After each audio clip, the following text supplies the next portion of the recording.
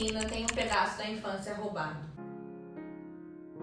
Às vezes é tão cedo que ela nem percebe. Outras vezes é um roubo lento, quase invisível, feito de pequenas exigências e responsabilidades que nunca deveriam fazer parte da sua vida. Porque ser menina, muitas vezes, significa aprender cedo demais a cuidar. Cuidar dos irmãos, cuidar da casa, cuidar dos outros, cuidar das emoções dos outros. Significa ouvir que é mais madura, que já entende as coisas. E por isso precisa ceder, entender, compreender, dar conta. Enquanto os meninos correm livres, crescendo no próprio tempo, fazendo o que quer, as meninas aprendem a carregar pesos invisíveis. O de ser boazinha, prestativa, paciente, quietinha, medir palavras, conter os gestos, o corpo, antecipar as necessidades. Essa desigualdade, ela está documentada em estudos sobre desenvolvimento infantil e gênero.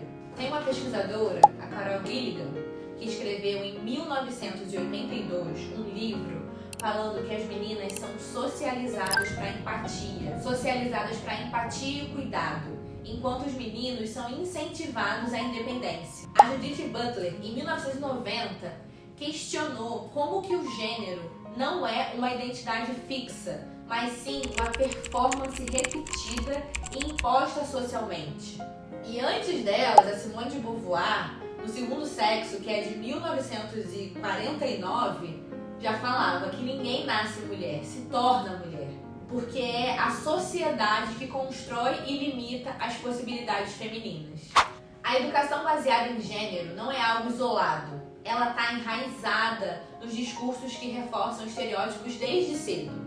Quem não lembra da declaração infeliz da Damares, que foi ministra da Mulher, da Família e dos Direitos Humanos, falando que menino veste azul e menina veste rosa? Essa ideia ela é simplista e terrível, mas ela reflete como que as meninas são enquadradas dentro de um papel social restrito, enquanto os meninos têm suas possibilidades sempre expandidas. Enquanto os meninos podem ser astronautas, pilotos, policiais, médicos, as meninas são incentivadas a brincar de boneca e casinha, treinadas para cuidar antes mesmo de aprender a cuidar de si mesma. Essa ideia, ela não é só teórica, ela é visível na cultura popular também. Os filmes da Disney, por exemplo, por décadas reforçaram essa ideia de que as meninas devem sempre esperar por um príncipe encantado que vão resgatar elas. De Branca de Neve e a Pequena Sereia, muitas das protagonistas aprendem que é importante se renunciar a si mesma por amor. A Ariel troca sua voz para conquistar um homem. A Cinderela espera passivamente pela sua salvação. E a Aurora, a Bela Adormecida, é completamente inerte, esperando que um beijo a desperte para a vida. Embora algumas narrativas recentes tenham tentado quebrar esse padrão, a estrutura de dependência e do serviço feminino ainda permeia grande parte das histórias infantis, porque está muito arraigado no nosso entendimento social. Então, quando ela se dá conta, ela já não sabe quando que ela parou de brincar sem culpa, quando que a leveza virou responsabilidade, quando que aprendeu a ser apoio antes mesmo de saber quem era. O mundo rouba pedaços da infância das meninas e depois exige que elas saibam, como mágica, a se colocar em primeiro lugar, a se amar. Mas como? Se desde sempre foram ensinadas a ser para os outros antes de ser para si. Talvez o caminho seja esse, se recuperar, resgatar entre os escombros das obrigações aquela menina que um dia existiu leve, sem esses pesos extras que foram colocados no caminho. Encontrar ela de novo, devolver ela a si mesma. Porque quando a infância é levada cedo demais, o que fica no lugar? Uma menina treinada para agradar, para carregar fardos que não lhe pertencem. Cresce sem perceber que uma parte de si se perdeu no caminho das expectativas alheias. A obrigação de cuidar, de estar sempre disponível, de ser paciente, sorridente, boazinha, perfeita. O que era natural, que é a leveza da infância, foi substituído por um peso invisível que foi acumulado ano após ano. Ser menina muitas vezes significa ser ensinada a se anular, a sempre ouvir antes de falar, a baixar a cabeça, a sorrir quando não tem vontade, a se calar quando tem algo a dizer. Enquanto os meninos crescem com a permissão de errar, de explorar, de ser livre, as meninas crescem com um roteiro pré-estabelecido, o da perfeição e do cuidado constante. Elas deixam de brincar como gostariam, param de fazer barulho, de correr, de se sujar, de rir alto, de viver sem pressa. E quando finalmente o mundo fala, não, agora você pode se colocar em primeiro lugar, a gente já não sabe como.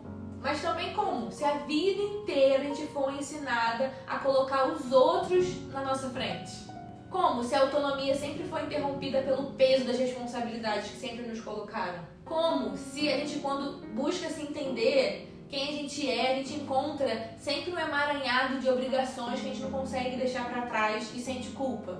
Essa desigualdade também fere os princípios fundamentais dos direitos humanos. A Declaração Universal dos Direitos Humanos fala que todos os seres humanos nascem livres e iguais em dignidade e direitos. Só que, no entanto, as meninas crescem ouvindo que devem ser menos, fazer menos, ocupar menos, falar menos.